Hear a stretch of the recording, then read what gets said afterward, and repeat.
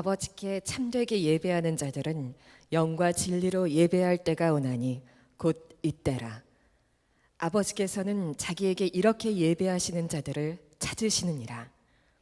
하나님은 영이시니 예배하는 자가 영과 진리로 예배할지니라. 영으로 예배하라고 하는 말은 하나님이 영이시기 때문에 우리가 예배할 때는 마음으로도 아니고 생각으로도 아니고 몸으로도만 아니고 영으로 예배를 해야 예배가 된다는 겁니다. 우리 안에는 마음 그 속에 또 영이 있습니다. 그리고 이 영이 성령의 이끄심을 따라서 하나님을 예배하게 되는데 바로 이렇게 예배를 드리라는 겁니다. 예수님이 이 말씀을 하셨던 이유는 수가성 사마리아 여인이 예배 장소에 대해서 질문을 했기 때문입니다. 예루살렘에서 예배 드려야 됩니까? 우리가 늘 드리던 그리심산에서 예배 드려도 되는 겁니까? 유대인들과 사마리아 사람들 사이에 싸움이 생겼습니다. 예배 장소 때문에. 근데 예수님께서 더 이상 예배 장소 신경 쓰지 마라. 그건 하나님 마음을 정말 모르는 것이다. 예배는 영으로 드려야 하는 것이다. 그렇게 대답하시면서 하신 말씀입니다. 아주 쉽게 설명을 드리자면 형식적인 예배 제발 드리지 마라. 어떤 예배당에서 어떤 예배 의식을 가지고 이렇게 예배를 아무리 거창하게 드려도 하나님이 안 받으실 수 있다는 거예요. 하나님이 받으시는 예배는 오직 영으로만 드리는 예배를 받으신다는 겁니다. 제가 청년대학부를 담당해서 목회할 때 운동권이 캠퍼스를 다 장악하던 그 시절이라 대학생들이 교회를 안 나오는 거예요. 그러니 얼마나 제가 마음이 졸이고 힘들었는지 어떻든지 청년대학부를 부흥을 시켜보고 싶은데 방법이 없어요. 좋은 프로그램을 해도 효과가 그냥 일시적입니다. 그러나 단합을 위해서 야외 예배를 자꾸 데려나가도 별로 효과가 신통치가 않아요. 조직을 새로 짜보고 교회를 청년대학부를 여러 가지 방법으로 부흥시켜 보려고 해도 별로 부흥이 안 되는 겁니다. 그때 온누리교회에서 목요일마다 경배 찬양 집회가 열리는데 청년들이 엄청나게 몰린다는 거예요. 야, 요즘에 청년들이 안 모이는데 교회에 어떻게 거기는 그렇게 많은 청년들이 가는 걸까? 그래서 제가 한번 구경을 갔어요. 예배를 드리러 간 게 아니고 어떻게 거기는 그렇게 많은 청년들이 모이는지를 구경을 간 거예요.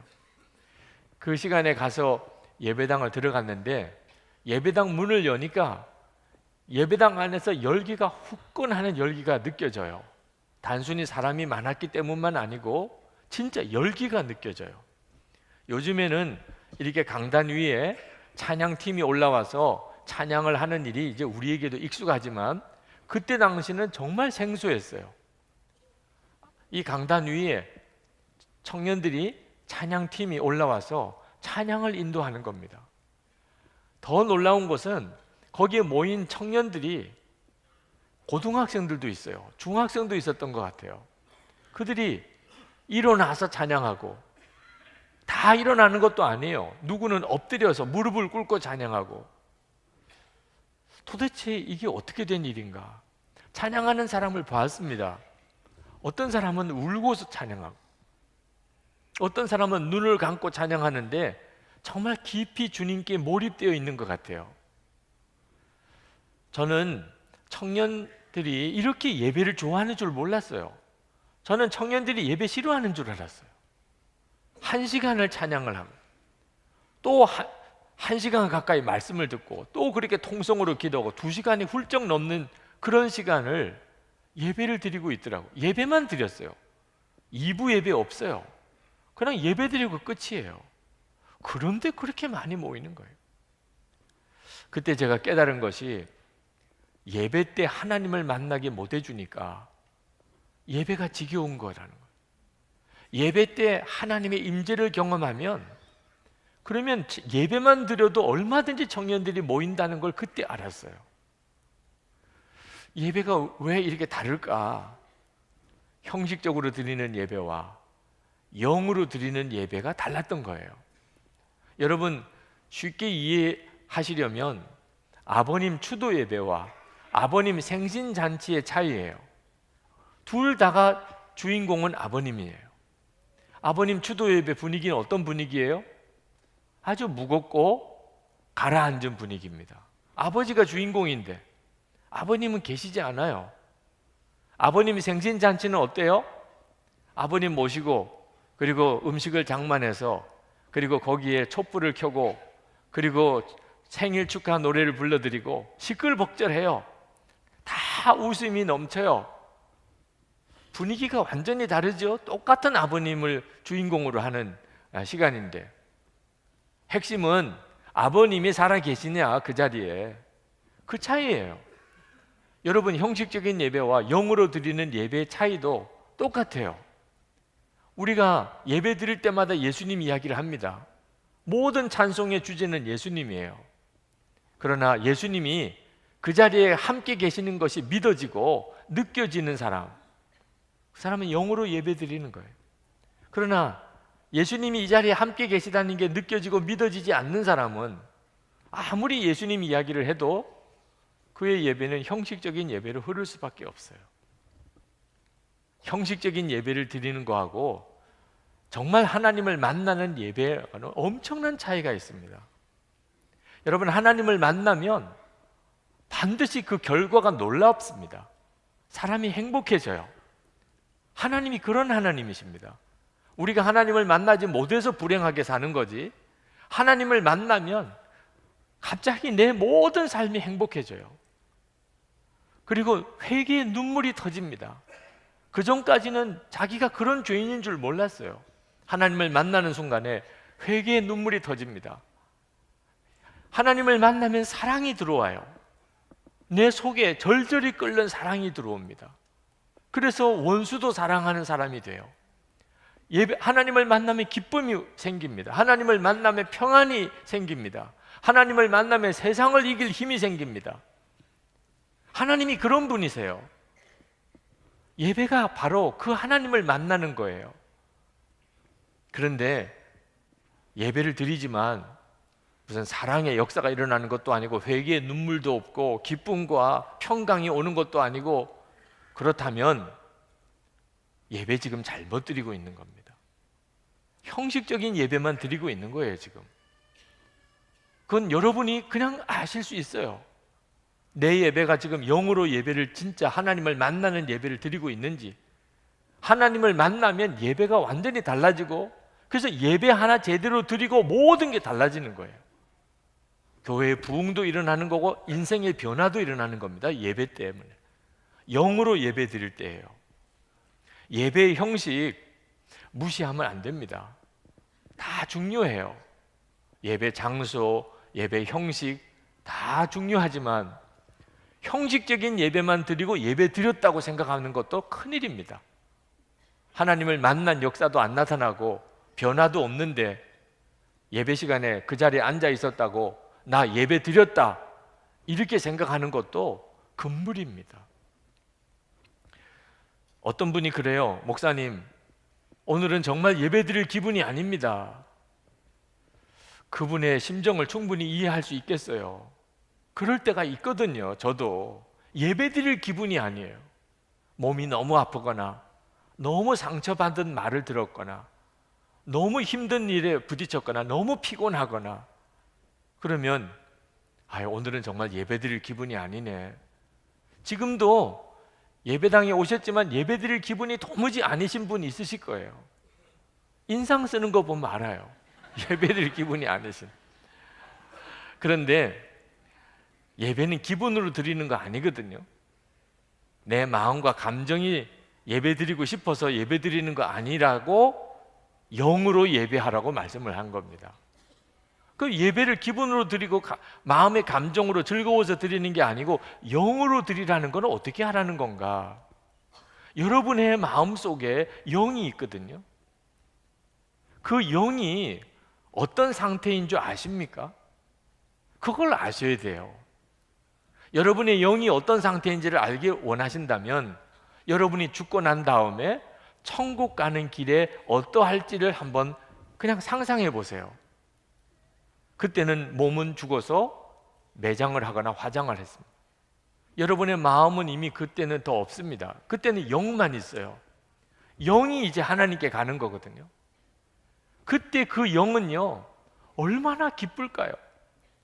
지옥 가지 아니하고 내가 천국 가는 길에 들어섰다.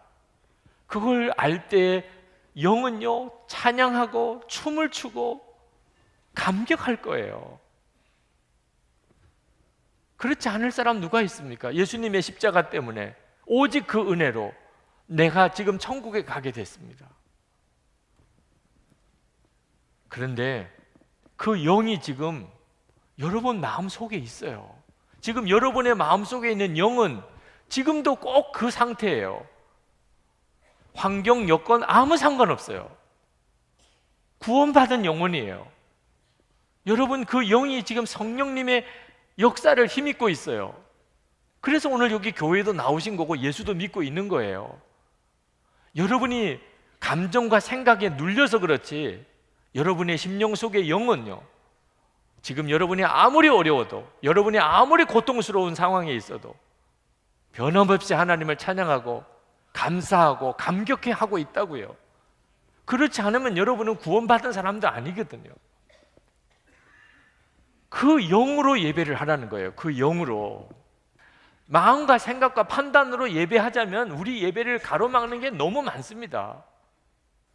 근데 주님은 영으로 예배하라는 거예요. 여러분 속에 있는 그 영. 여러분, 여러분의 영이 어떻게 예배를 하는지를 성경 말씀 속에서 확인할 수 있습니다. 우리가 천국에 우리보다도 먼저 간 믿음의 선조들, 지금 다 그 영원히 천국에 있는 겁니다.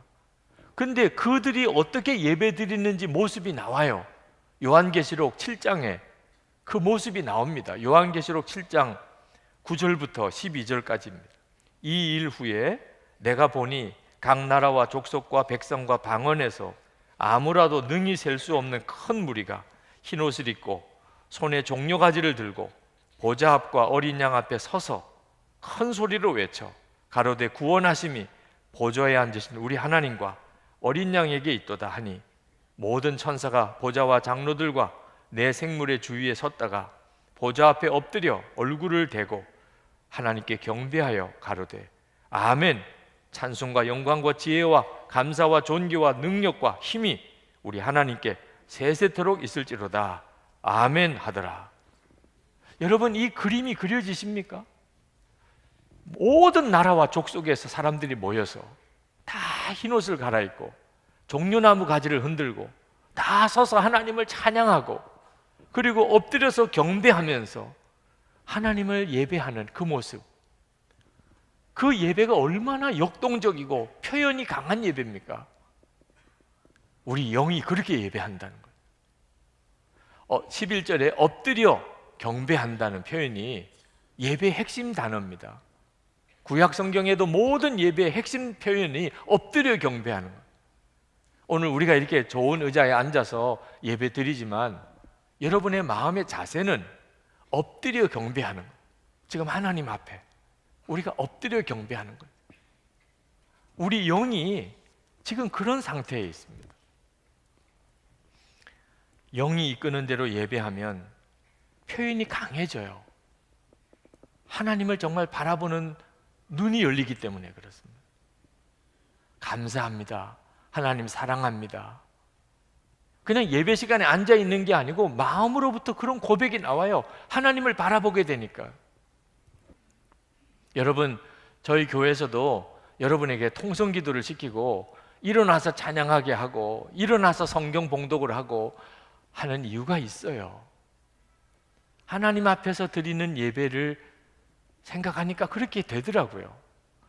여러분, 만약에 바닷가에 가셨다면 또는 눈이 쌓여있는 산에 여러분 올라가서 거기 정상에서 내려다 보시면 틀림없이 여러분은요, 여러분도 모르게 몸으로 반응하기 시작할 거예요. 우와! 소리가 나오고 손이 벌써 올라가고. 우리가 마음속으로만 묻어두지 못합니다. 그러면 하나님은 어떤 분이시죠? 하나님은 어떤 분이세요? 당연히 몸으로 반응하게 됩니다. 영으로 예배를 드리다 보면 몸이 반응을 하게 돼 있어요. 그래서 예배가 역동적이게 되는 거죠. 사실 우리 교인들이 예배를 드리지만 실제로 예배의 모든 순서는 다 정해진 예배 임사자들이 합니다. 예배 인도를 시작하는 분은 목사님이 하시고, 대표기도 장로님이 하시고, 찬양대에서 준비해서 하시고. 우리 교인들은 뭐 하죠? 그래서 통성기도를 하잖아요. 여러분 각자가 하나님께 드릴 수 있는 기도 시간을 드리잖아요. 일어나서 찬양합시다. 하나님께서 여러분의 찬양을 받으시는, 여러분 한 사람의 찬양을 받으시는, 일어나서 하나님께 여러분의 찬양을 드릴 기회를 드리려고 하는 거거든요. 여러분, 하나님은 우리 전체 예배도 받으시지만 여러분 한 사람 한 사람의 예배도 받으세요. 지금 여러분 생각해 보세요. 여러분 지금 있는 그 자리에 여러분이 앉아 있고 나머지 분들은 다 없어졌어요. 그게 바로 여러분의 예배입니다. 하나님은 다른 사람은 다 보지 않으시는 것처럼 여러분의 예배를 받으세요. 그러니 여러분이 여러분의 입으로 기도하는 시간이 필요하죠. 여러분이 일어나서 하나님을 찬양하는 시간이 필요하잖아요. 하나님이 받으시려고 하니까 여러분이 헌금함에 넣은 그 헌금을 주님은 받으세요. 여러분, 이 일을 잊어버리시면 안 됩니다. 수천 명이 함께 예배를 드려도 주님은 내 예배를 받으시는 거거든요. 예배는 근본적으로 하나님이 부르셔서 우리가 응답해서 오는 겁니다. 오너라 그러니까 우리가 온 거예요. 하나님께서 왜 우리를 예배 드리라고 부르시죠? 그렇지 않으면 우리는 세상에 완전히 파묻혀서 삽니다.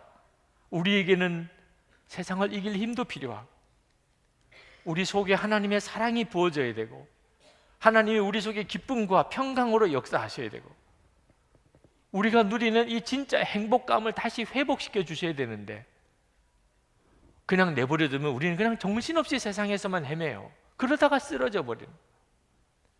하나님은 우리에게 새 힘이 필요하니까 우리를 부르시는 거예요. 예배드리라. 그러므로 여러분, 영이 이끄시는 대로 예배를 드려보면요, 하나님이 반드시 역사하시는 거예요.